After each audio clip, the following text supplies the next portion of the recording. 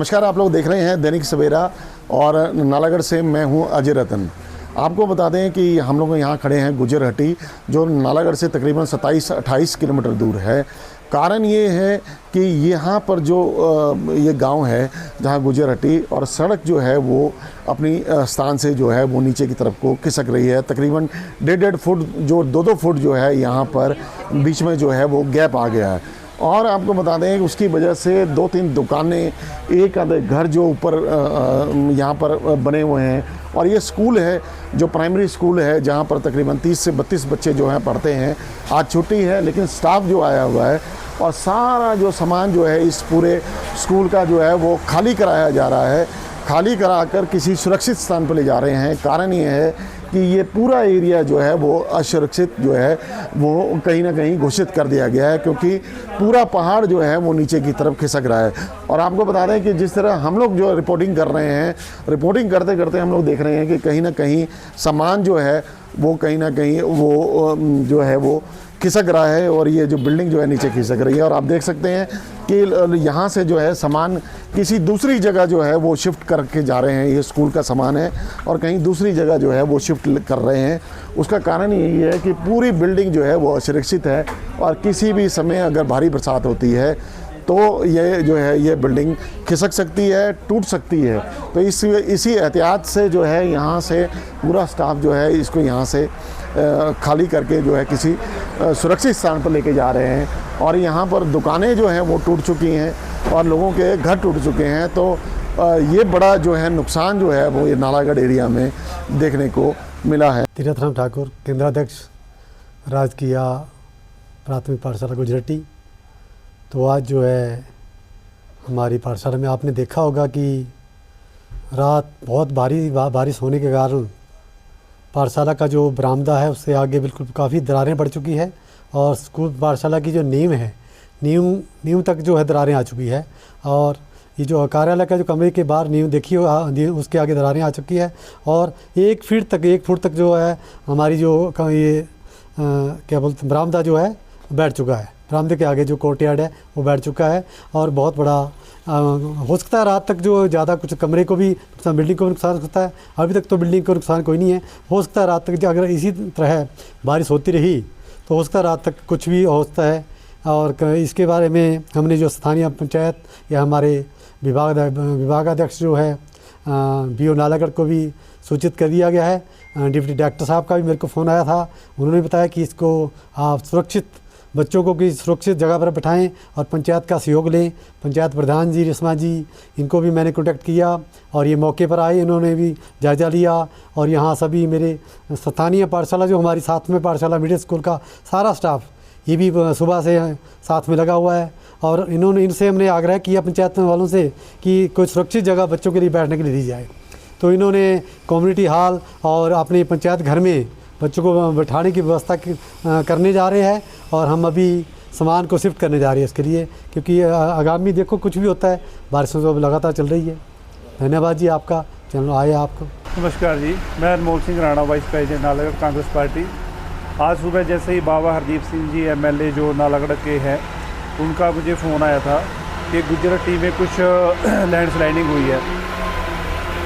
जब यहाँ पर हमने आके देखा तो यहाँ पे जो स्कूल है, स्कूल की बिल्डिंग भी डैमेज हुई है, और यहाँ पे स्थानीय पंचायत के गुजरहट्टी के प्रधान पहुँचे हैं, और पंच साहब हैं, और स्कूल के अध्यापक हैं, स्टाफ है, और गाँववासी सारे एकत्रित हुए हैं।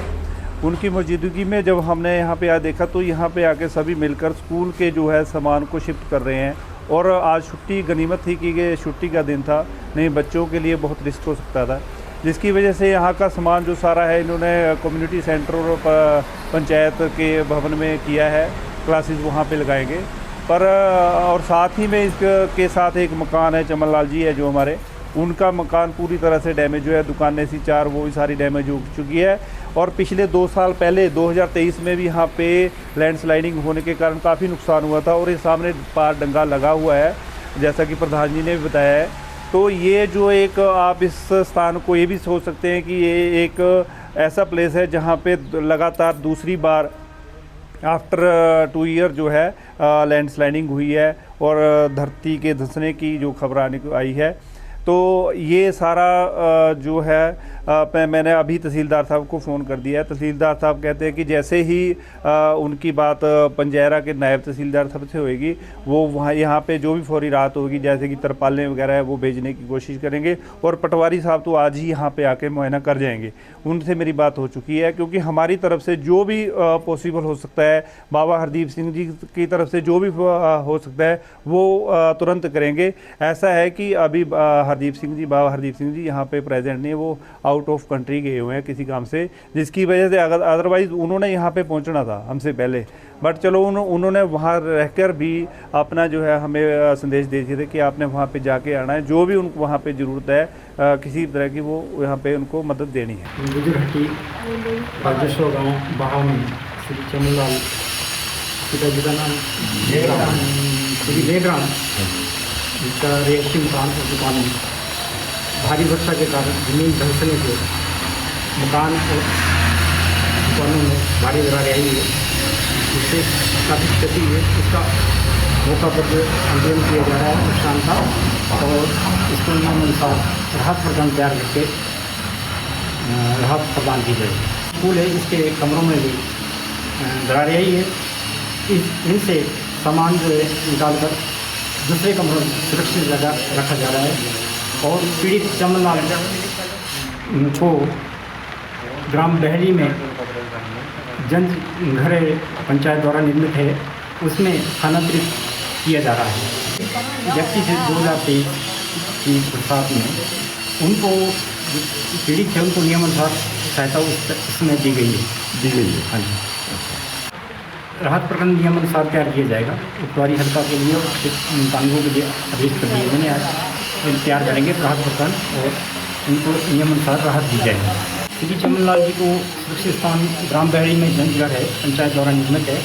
अभी फिलहाल हम उसी में इनको ठहराने की व्यवस्था कर रहे हैं। और प्राइमरी स्कूल है, इनके पास अभी 2 कमरे सुरक्षित है, कुछ सामान उसमें रख दिया है, और कुछ सामान जो है ग्राम पंचायत बहा के जो कार्यालय है वहाँ उसका रखा गया है। सर मेरा नाम रिश्मा देवी है, श्रीमती रिश्मा देवी। ये गुजरहट्टी गांव है। सर ये तो वैसे 2023 में भी हुआ था ना, तब भी यहाँ पे जो NH के साथ डंगा था, ये भी पूरा धंस गया था। फिर ये PWD वालों ने अभी 2025 में ये डंगा तो लग गया, पर ये जो अपने गुजरहट्टी जो स्कूल के साथ डंगा है, ये अभी तक नहीं लगा। तब ये तो 2023 में वैसे मेरी पंचायत में काफ़ी घनीरी में भी आपदाएं थी, यहाँ पे भी, और यहाँ पे बादल फटा था ऊपर, आपने देखा होना पिछली बार 2023 में भी। तब से ये अब इस बार भी मतलब 2025 में अब फिर से ये जब यहाँ पे डंगा भी धंस गया है, और स्कूल को भी काफ़ी नुकसान हो गया है इससे। सर स्कूल तो देखो आज तो चलो भगवान की कृपा से छुट्टी थी आज, पर अगर बच्चे यहाँ पे होते तब तो ये रिस्की था। तब हमने सब लोगों ने मिलके, यहाँ पे बच्चों के पेरेंट्स भी आए हुए हैं, SMC के मेंबर भी है, तो पंचायत के प्रतिनिधि भी है, वार्ड मेंबर भी है।